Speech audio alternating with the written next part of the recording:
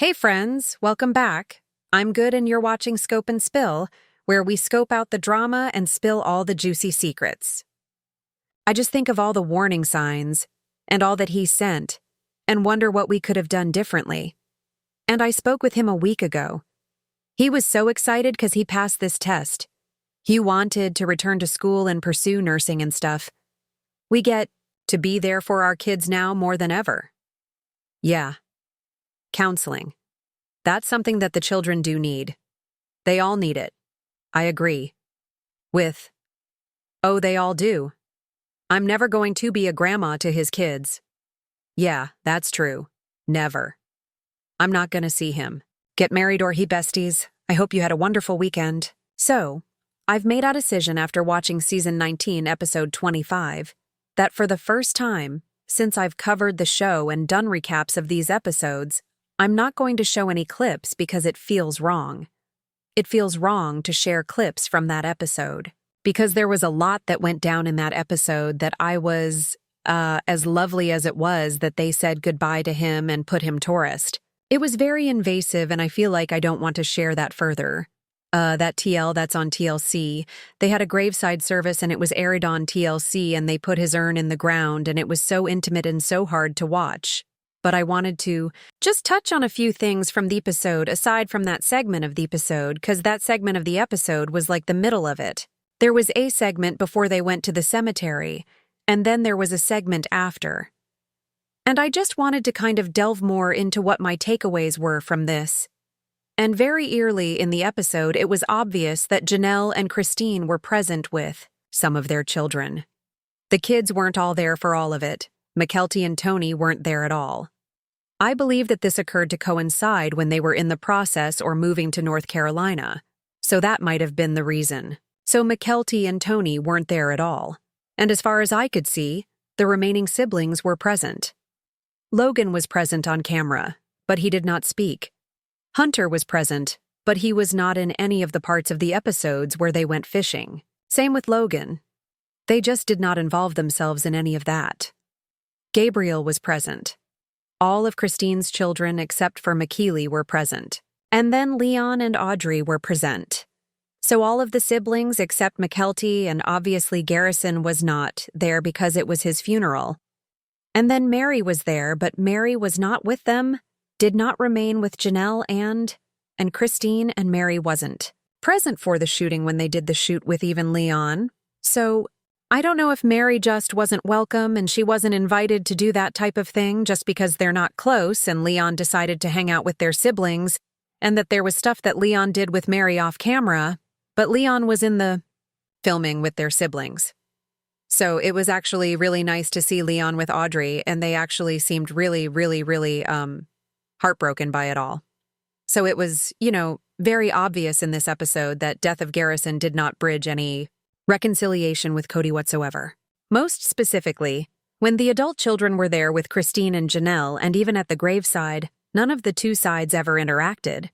So when they actually were face-to-face, Kody was on one side with Robyn and her kids except Dayton, and then on the other side it was like all the others. Honestly, it was like Kody and Robyn on one side and all the others on another side. And there was no viewing interacting between the two sides. They kept to their distances. There was a very obvious disconnect between them. There was just such a very clear not interested in talking between them, and there was a clear no reconciliation did occur.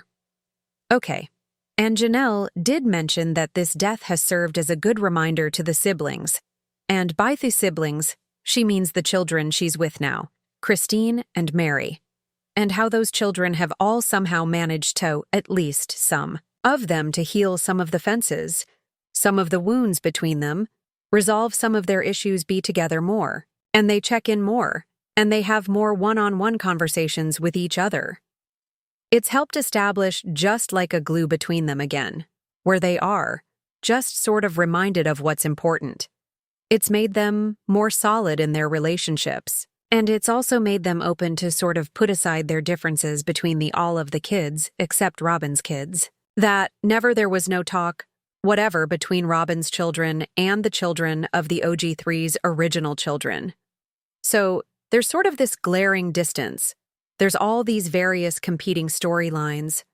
And I do believe this episode was executed much better in that it had a lot more of Janelle and Christine and their children, those that were actually affected by it, those that stayed close to Garrison. I felt like there was more time spent for them to express their thoughts and feelings and toe-to talk and to exchange their memories.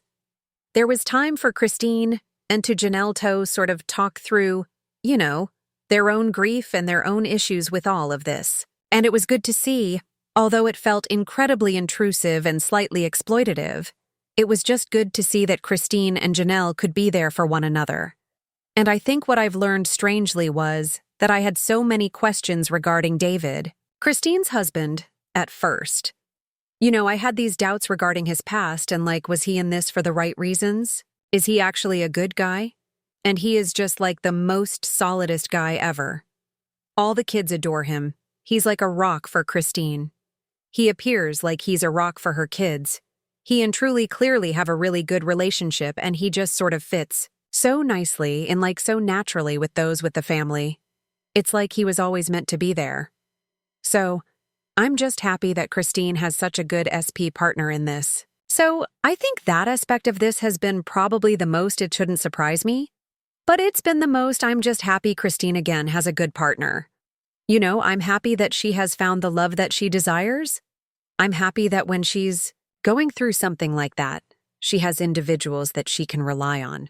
And then with Janelle, it was so clear that her boys are just kind of rallying around her and shielding her and being there for her and just attempting to care for her even though they're mourning as well. It's just so clear that her boys are reaching out there and taking care of her. So I'm glad she has that as well. There was nothing really between Janelle and Kody, where they had on-camera conversation or dialogue only at the gravesite when, she handed the urn to him and he put it in the ground. But even during the funeral, they sat on opposite sides. They spoke at completely different times. They were very divided, and I noticed that when Kody was talking about Garrison, some of the siblings weren't even gazing at him. They were sort of gazing down nearly, just not even bothered with what he had to say. It nearly felt like they sort of regarded it like it was extremely performative. So, there was that. I would have rather not to have seen him get buried. Honestly, I feel like I did not necessarily have to see that. But something towards the end really sparked my curiosity, and it's something that I've had told to me by other individuals that are familiar with them. It's that Madison having asked it down with Leon, and, she said, I feel bad for Kody, but I really feel bad for Kody's kids. She didn't even say Robyn's name. It was very obvious that, a lot of the problems with Kody obviously have to do with how he treated them. They have the most of their problems are with Kody, but then they'll mention Kody's name, but they won't mention Robyn's name. So they don't refer to them as their siblings, So Maddie was like, if I could talk to Robyn's kids, I would tell them that I'm sorry if I ever hurt you. I'm sorry if I ever made you feel worse. I didn't feel that. I didn't intend to ever make you feel that way. And Leon said something and stated, I just want to be able to talk to them. And I thought, gosh, that is really odd, right? What has Kody and Robyn done to those kids to have them poisoned so much against all of the other children in this family? Why are the two sets of siblings so set against one another? I get that there's this whole the haves and the have-nots. Those who are such as Kody and Robyn who believe that they are superior to everyone, and Janelle, and Christine and Mary and their children on the opposite end of the spectrum. And all of that was also quite apparent just in the way Robyn and Kody arrived at the gravesite where they all were made up and dressed really dapper. And then there was a lot on the other side where Janelle and Christine and the children were done more informally, following the informality of Garrison. So it felt like that kind of juxtaposition, as if they're all dressed up as if they're attending church and the other side more informal. That was just another note that I observed. But what if they told them that it's sound feasible for them to even engage in a conversation that they can't even extend a hand to them to converse because it's being dictated and managed by Robyn and Kody, these are adults whom they clearly could speak to? And I get that if your siblings have blocked you, and if your siblings don't wish to speak with you, that is fine. You completely should respect borders. But in this instance, I think all of the sibling problems are due to what Kody and Robyn have said and done to undermine them against those kids. And I sort of think a lot of that is because they don't want the kids to all talk and get a chance to make up fences and witness the truth about who was the one that was putting things into our heads about them. Because it was really Robyn that is always communicating the message and the undertone of what she thinks people think of her. And she's the one that was traumatized and rejected, right, by the other OG3 children. And she placed that on her children. They don't like me, so they don't get to have a relationship with them, right? And clearly the OG3 children struggled with adjusting. And they did it all on television, which was a bad idea when they blended the families. And Kody then just dropped off and fled off into the sunset with Robyn and the children. I mean, that's essentially what he did. There's years and years and years of anger and frustration. But that they even at the funeral, they couldn't talk. Even at the funeral, they didn't converse. Even at the funeral, Kody didn't interact with any of his children that weren't Robyn's children he only engaged with Robyn's children. He did not engage with any of his other children. So when I think of it like that, you don't even have anything to do with your other children, the siblings, the direct siblings that are related to Garrison. But then you're there creating all this commotion about Garrison when you don't even have a relationship with his brother and sister. I felt this is bizarre. If you're a parent, how do you not cross over to the other side and be like, I'm sorry, I messed up? How do you not attempt to get everything correct? How do you not acknowledge that you were incorrect? How do you not see that you might have done things differently? How do you still, in death, manage to find a means of making things right? And so when they speak about Makilia said that they behaved in manners throughout this process that led her pull away from them, I believe this is what they are speaking of. It's as if they don't care about the other children. It's all being produced for television, and when they do get a chance to deal with those children in person, there's no talk. And I know a lot of the children want nothing to do with him, and that I can understand, but not even an effort. It was just crazy. I did realize that Logan approached Robyn and the children, Brianna, Aurora, and gave Theme a hug at the graveyard and the graveside service. That was actually the only one I saw engaging that crossed over, but that's Logan. Logan is the peacemaker of this family. So, at the service, Tim, who is Kody's sister's husband and ranch owner, gave a eulogy of sorts, but rather a sermon, I suppose. And he addressed directly to the grieving of a mother and coping with the death of a child, and the significance of learning about relationships and how to set aside things other than one another in order to fix fences. I felt that his message was apt and shared compassionately, considering what has transpired in this family. I found it strange that he scripted Kody and he said, "Nobody will ever know their remorse of a father or a father's remorse pertaining to the loss of Garrison." And I don't know if Kody asked him to insert that.